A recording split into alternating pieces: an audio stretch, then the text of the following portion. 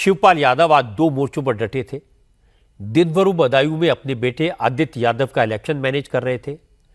Voting खत्म होने से पहले वोट डालने के लिए सैफई पहुंचे। शिवपाल यादव ने भी कहा कि बीजेपी चुनाव जीतने के लिए पुलिस प्रशासन का इस्तेमाल कर रही है। बदायूं और मैनपुरी दोनों सीटों पर पुलिस अफसर वोटर्स और समाजवादी पार्टी के कार्यकर्ताओं को धमका रहे हैं। इसके बाद शिवपाल यादव ने अफसरों को धमकी दी। उन्होंने कहा कि सरकार बदलती रहती है, जब उनकी सरकार आएगी तो इन सारे अफसरों का हिसाब किया जाएगा।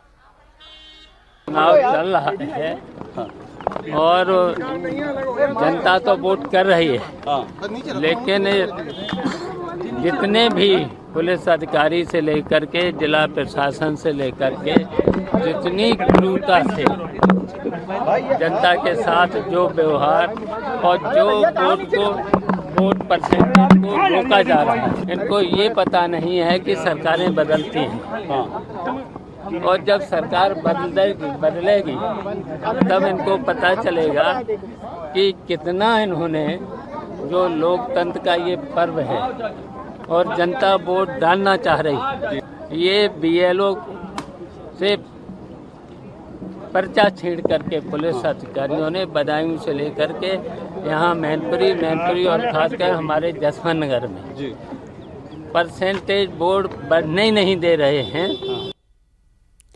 ये सही है कि आज मैनपुरी और बदायूं में एक दो जगहों पर पुलिस और पब्लिक के बीच हल्के फुल्के टकराव की खबरें आई। ज्यादा हंगामा तो नहीं हुआ, लेकिन संभल में कई पोलिंग बूथ के आसपास समाजवादी पार्टी के सपोर्टर्स का पुलिस के साथ टकराव हुआ। इसकी तस्वीरें भी आई। संभल की सीट पर पिछले इलेक्शन में शफीकुर रहमान बर्क जीते थे। उनके इंतकाल के बाद अब समाजवादी पार्टी ने संभल से बर्क के ग्रैंडसन जियाउर रहमान बर्क को उम्मीदवार बनाया है। आज वोटिंग के दौरान जियाउर रहमान बर्क खुद पुलिस वालों से टकराए। उन्होंने आरोप लगाया कि मुसलमानों को वोट करने से रोका जा रहा है। बीजेपी के इशारे पर पुलिस वाले मुसलमान वोटर्स की पिटाई कर रहे हैं ताकि लोग वोट डालने के लिए घर से न निकलें।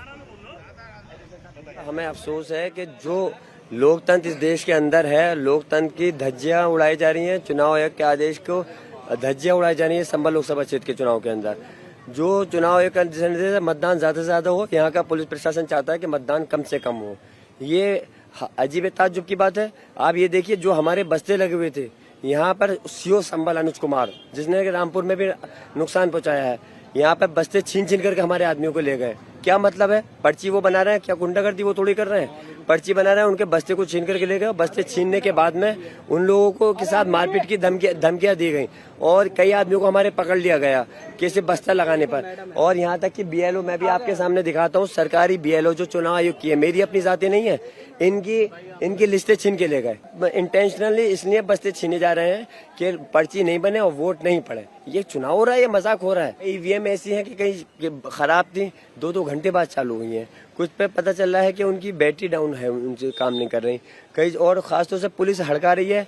जो अगर हमारे लोग हैं घरों से पकड़ के लेकर के जा रहे हैं, घरों से पकड़ने का क्या तुक सेंस बनता है?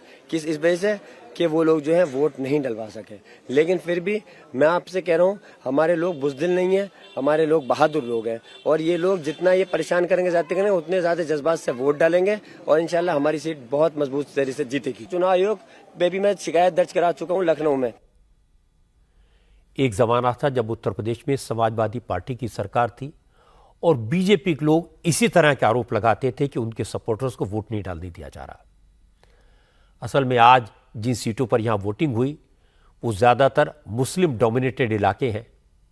समाजवादी पार्टी ये उम्मीद लगाए बैठी है कि पश्चिमी उत्तर प्रदेश की इन सीटों पर उसे कामयाबी मिल सकती है।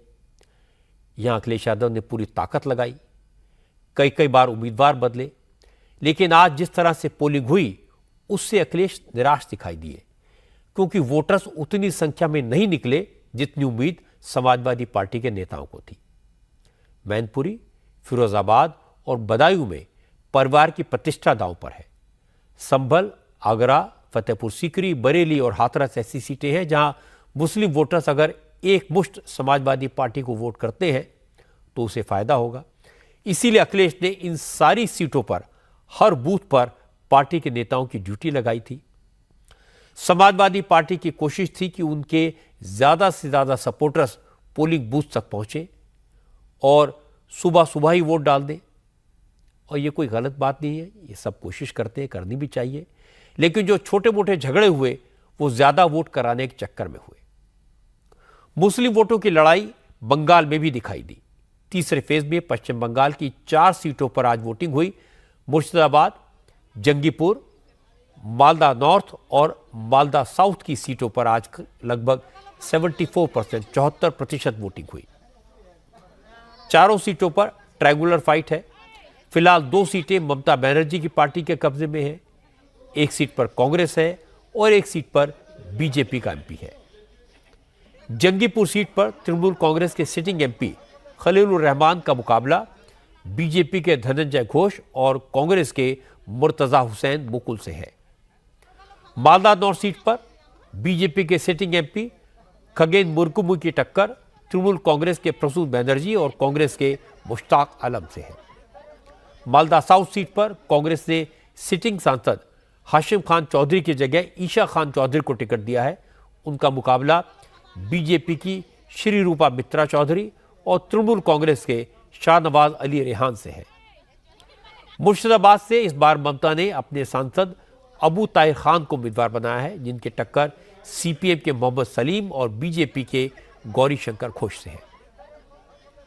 हालांकि आज बंगाल की चारों सीटों पर वोटिंग शांतिपूर्ण माहौल में हुई। एक दो जगह से छोटी मोटी झड़प की खबरें जरूर आई। मुर्शिदाबाद में वोटिंग के दौरान कई पोलिंग बूथ पर तृणमूल कांग्रेस और सीपीएम के कार्यकर्ताओं की झड़प हुई।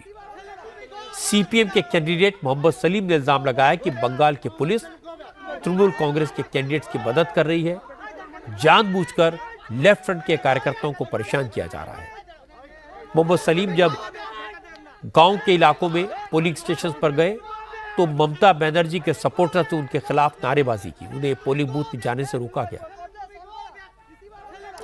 मोहम्मद सलीम ने इल्जाम लगाया कि तृणमूल कांग्रेस की तरफ से कई नकली पोलिंग एजेंट काम कर रहे थे, वोटर्स को धमका रहे थे।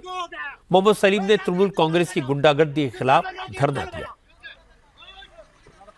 आखिर लोगों को डराया जाता है, धमकाया जाता है और सबसे अजीब बात है कि पुलिस अफसर खुद करते हैं ये काम। गुंडे कुछ है तो अभी वोट के दिन भी कहीं वोटर को रोक रहा है, कहीं पे वोटर को धमका रहा है, कहीं उसका स्लिप छिपा रहा है और कहीं पे बोल रहा है कि आप वोट डाल दोगे तो बाद में रात को देखा जाएगा। इसलिए मैं आया हूँ कि रात में कोई गड़बड़ नहीं है। मैं यहाँ आता हूँ तो पुलिस का अटेंशन रहता है। इसलिए कुछ लोग आपको देख के गो बैक स्लोगन दे रहे थे। वो 3-4 गुंडे ऐसे हैं, कुछ लोग ये तो लोग यहाँ पे हैं, वोट हम यहाँ तो खड़े हूँ, मैं इनको पहचानता भी नहीं हूँ, मैं इनसे बात भी नहीं की, वोट ही नहीं देने वाला। कौन बोल रहे हैं? यहां भी वही हाल है। एक जमाना था जब सीपीएम के नेताओं पर, सीपी के काडर पर वोटर्स को धमकाने का, मारपीट का आरोप लगता था। अब वही लोग टीएमसी पर आरोप लगा रहे हैं। जंगीपुर में भी तृणमूल कांग्रेस पर वोटर्स के ऊपर प्रेशर बनाने, मतदाताओं को धमकाने का इल्जाम लगा। जंगीपुर के मीर ग्राम में तृणमूल कांग्रेस के लोकल लीडर और बीजेपी कैंडिडेट धनंजय घोष के बीच बहस हो गई। धनंजय घोष ने आरोप लगाया कि कई जगह टीएमसी के नेता पोलिंग बूथ में जाकर लोगों को धमकी दे रहे हैं। मालदा साउथ सीट में वोटिंग के दौरान तृणमूल कांग्रेस और बीजेपी के कार्यकर्ता भिड़ गए। असल में यहां बीजेपी उम्मीदवार श्री रूपा मित्रा चौधरी जब मालदा शहर में एक पोलिंग बूथ पर पहुंची तो ममता के सपोर्टर्स ने उनका विरोध किया। जवाब में बीजेपी के सपोर्टर्स ने भी नारे लगाए। श्री रूपा मित्रा चौधरी ने कहा कि तृणमूल कांग्रेस के लोकल लीडर वोटर्स को डराने की कोशिश कर रहे थे और जब उन्होंने विरोध किया तो उनके साथ बदसलूकी की गई। लेकिन जवाब में तृणमूल कांग्रेस के नेताओं ने आरोप लगाया कि श्री रूपा मित्रा चौधरी अपने विधायक होने का फायदा उठाकर वोटर्स के पास पहुंच गई। उन्होंने मतदाताओं को बीजेपी को वोट देने के लिए धमकाया। इस मामले में ममता बनर्जी का बयान भी आया। ममता ने कहा उन्हें शिकायत मिली है कि बीजेपी के लोग वोटर्स की पिटाई कर रहे हैं, लेकिन चुनाव आयोग कोई कार्रवाई नहीं करेगा क्योंकि अब border code of conduct Modi code of conduct बन गया है। ভোট দিতে গেছে তাকে পিটিয়ে মেরে ফেলে রাখা হয়েছে রোদ্দুরের মধ্যে। জাস্ট নাও আমি ইনফরমেশন রিসিভ করলাম, কিন্তু আপনারা কি ভাবেন ইলেকশন কমিশন কোনো ব্যবস্থা নেবে? একেবারে না। Model code of conduct Modi code of কন্ডাক্টে পরিণত হয়েছে। পুরো বিজেপি দালালি, ভাত পাত দালালি করে বেড়াচ্ছে কিছু लोग। इस बार मुकाबला बंगाल में पिछली बार की तरह तृणमूल कांग्रेस और बीजेपी के बीच है। कांग्रेस और लेफ्ट पार्टीज बिल्कुल साइडलाइन है। ममता का पूरा फोकस मुस्लिम वोटर्स पर है और बीजेपी का हिंदू वोटर्स पर। बंगाल वो राज्य है जहां चुनाव में मजहब का सबसे ज्यादा इस्तेमाल हुआ। लेकिन तीसरे फेज की वोटिंग के बाद ममता की टेंशन बढ़ सकती है, क्योंकि आज जिन 4 सीटों पर वोट पड़े वहां पोलिंग परसेंट पिछले चुनाव के मुकाबले गिरा है। पिछले इलेक्शन में इन सीटों पर 82% वोट पड़े थे, जबकि आज करीब 76%, 76% पोलिंग हुई।